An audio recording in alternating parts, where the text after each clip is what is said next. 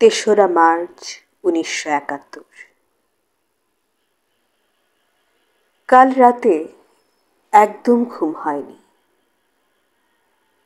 রাত 8টায় হঠাৎ কারফিউ।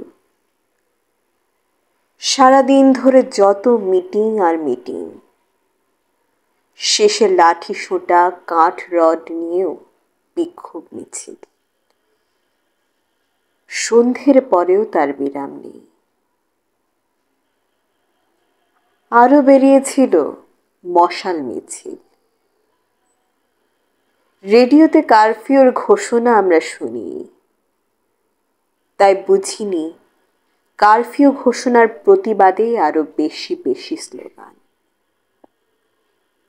আমরা ভেবেছি সারা দিনের জের, কিন্তু হঠাৎ সাইরেনের বিকট আওয়াজে চমকে উঠেছি। ব্যাপার কি? একে ওকে ফোন করে জানতে পারলাম ওটা কারফিউ জারির সাইরেন। রাত 11টার দিকে মাইকেও কারফিউ জারির ঘোষণা দূর থেকে কানে এলো আমাদের। শব্দ শুনে মনে হলো বলাকা নিউ মার্কেটের রাস্তায় এবং আমাদের বাড়ির দক্ষিণ দিকে ইকবাল হলের সামনের রাস্তায়। তারপর পরই বহু কণ্ঠের স্লোগান আরো জোরে শোনা যেতে লাগলো।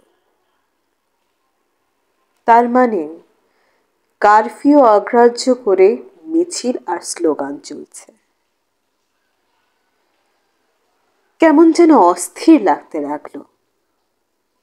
ভাবলাম কয়েক জায়গায় ফোন করে দেখি অবস্থাটা কিরকম আছে।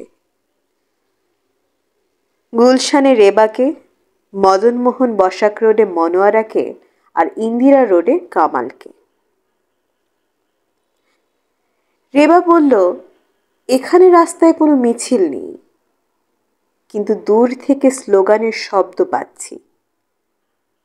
আমাদের পেছন দিকটাতে ইন্ডাস্ট্রিয়াল এরিয়া তো। মনোয়ারা আমার ফোন পেয়ে কেঁদে ফেলল। কি যে হচ্ছে আপা, কেউ কারফিউ মানছে না। দলে দলে লোক রাস্তায় নেমে গেছে, ব্যারিকেড বানাচ্ছে, স্লোগান দিচ্ছে, আর পুলিশও গুলি করছে। গুলি খেয়ে লোকে আরো ক্ষেপে উঠছে, দ্বিগুণ জোরে স্লোগান দিয়ে উঠছে ওরা। আমার ভাইটাও ওর মধ্যেই আছে। জানি না বেঁচে আছে কিনা, নাকি গুলি খেয়ে রাস্তায় পড়ে আছে।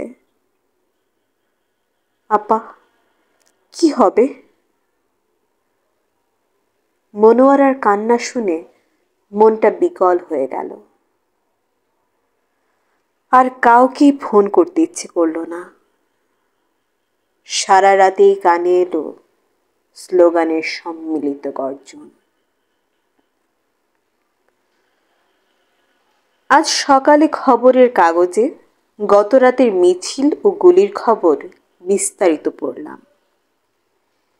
Stadium, Nawabpur, Toynbee circular road, Bhajahari Saha street, green road, Kanthalbagan, Kalabagan, new market, ঢাকার প্রায় সব এলাকাতেই কারফিউ ভঙ্গকারী জনতার উপর গুলি বর্ষণ করা হয়েছে।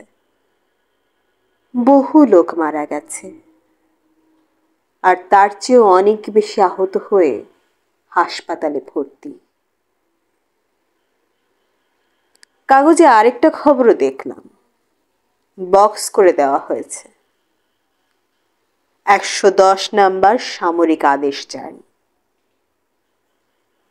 খ অঞ্চলের সামরিক আইন প্রশাসক লেফটেন্যান্ট জেনারেল সাহেবজাদা মোহাম্মদ ইয়াকুব খান গতরাতে এখানে 110 নাম্বার সামরিক আদেশ বলে পত্রপত্রিকা সমূহকে পাকিস্তানের সংহতি বা সার্বভৌমত্বের পরিপন্থী খবর, মতামত কিংবা চিত্র প্রকাশ থেকে নিষিদ্ধ করেছেন।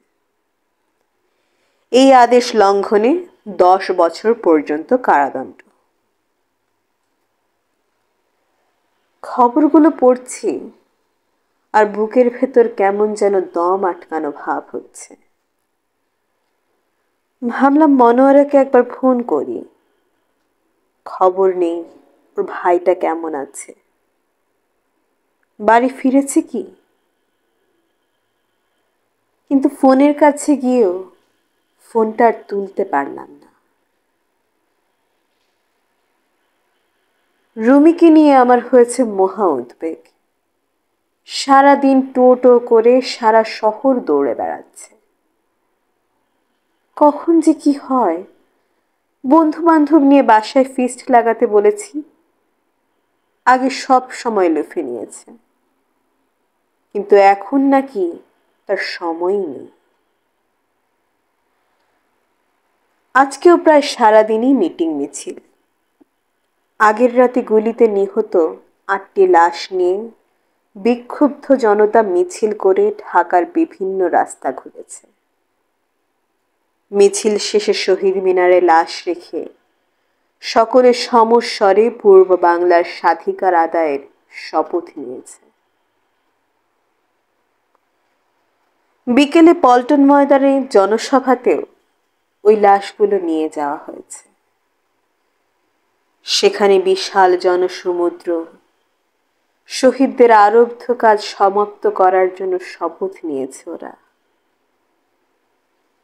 সভায় শেখ মুজিব সর্বাত্মক অসহযোগ আন্দোলনের ডাক দিয়েছেন।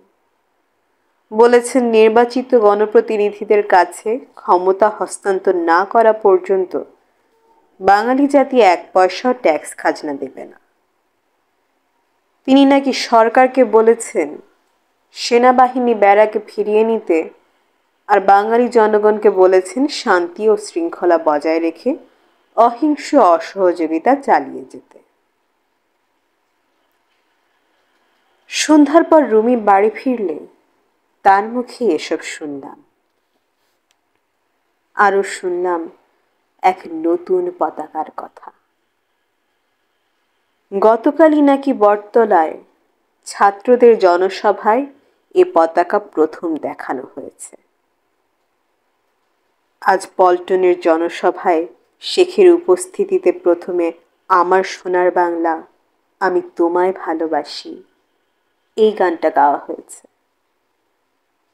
তারপরই নাকি স্বাধীন বাংলার এই নতুন পতাকা উত্তোলন করা হয়েছে। আমি শিহরিত হয়ে বললাম, স্বাধীন বাংলার পতাকা? বলিস কি রে, কেমন দেখতে? দাঁড়াও, একে দেখাই তোমায় বলে একখণ্ড কাগজ কয়েকটা রং পেন্সিল এনে রুমি স্বাধীন বাংলার পতাকা আঁকতে বসল। সবুজের ওপর টকটকে লাল গোলাকার সূর্য, তার মধ্যে হলুদ রঙে পূর্ব বাংলার ম্যাপ। আমি বললাম, এ কদিন তো শুধু স্বাধিকারের কথাই শুনছি, নির্বাচিত জনগণের কাছে ক্ষমতা হস্তান্তরের কথা শুনছি। এর মধ্যে স্বাধীন বাংলার কথা কখন উঠল? আম্মা, তুমি কোনো খবর রাখো না। স্বাধীন বাংলার দাবির কথা তো অনেক পুরনো ব্যাপার, ভেতরে ভেতরে বহুদিন থেকে গুমড়োচ্ছিল।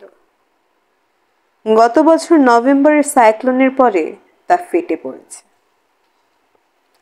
তোমার মনে নেই, মাওলানা ভাসানী 18 নভেম্বর দুর্গত এলাকা পরিদর্শনে যেতে চাইল, তখন তার জাহাজ আটকে দেওয়া হলো।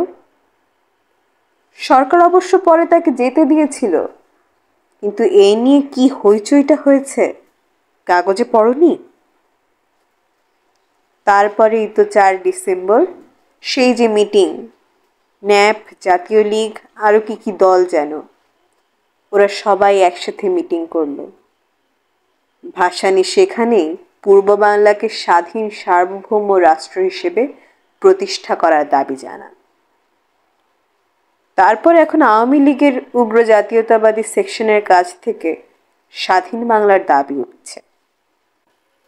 4 খলিফা খুব চাপ দিচ্ছে শেখকে স্বাধীনতার ঘোষণা দেবার জন্য।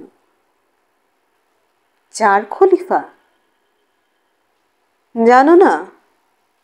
আসম আব্দুর রব, শাহজাহান সিরাজ, আব্দুল কুদ্দুস মাখন আর নূরে আলম সিদ্দিকী। এই 4 ছাত্রনেতাকেই আমরা সবাই 4 খলিফা বলে ডাকি।